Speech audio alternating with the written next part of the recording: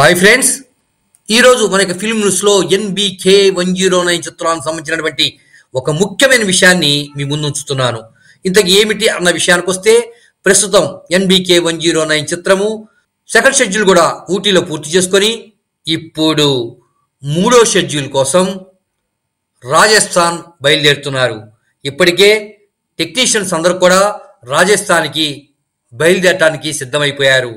కొంతమంది అక్కడికి ఆల్రెడీ వెళ్ళటం కూడా జరిగిందని స్పష్టంగా తెలుస్తున్నది. ఇది ఇలా ఉంటే రేపు కానీ ఎల్లుండి కానీ నందమూరి బాలకృష్ణ ఈ షూటింగ్లో పాల్గొనే అవకాశం స్పష్టంగా కనిపిస్తున్నది. అంటే మూడో షెడ్యూల్ అంతా కూడా రాజస్థాన్ ప్రాంతంలో చిత్రీకరించబోతున్నట్లు తెలుస్తున్నది. ఇదే కాకుండా క్రిస్టమస్ రోజు కానీ లేదా న్యూ ఇయర్ రోజు కానీ టైటిల్కి సంబంధించినటువంటి ఫస్ట్ లుక్, అదేవిధంగా సంక్రాంతి పండుగ రోజు టీజర్ వచ్చే అవకాశం మాత్రం స్పష్టంగా కనిపిస్తున్నది. ఇప్పటికే సినీ వర్గాల ద్వారా ఈ విషయం బయటికి వెల్లడైంది. ఇది నందమూరి అభిమానులకి శుభవార్త అని చెప్పాలి. ఎప్పుడెప్పుడు ఆయన ఎదురు చూస్తున్నటువంటి నందమూరి బాలకృష్ణ యొక్క NBK-109 కొత్త చిత్రానికి సంబంధించినటువంటి ఫస్ట్ లుక్, అదేవిధంగా టీజర్కి సంబంధించిన విషయాలని ఇప్పుడు రిలీజ్ చేసినట్లుగా వార్తలు వస్తున్నాయి.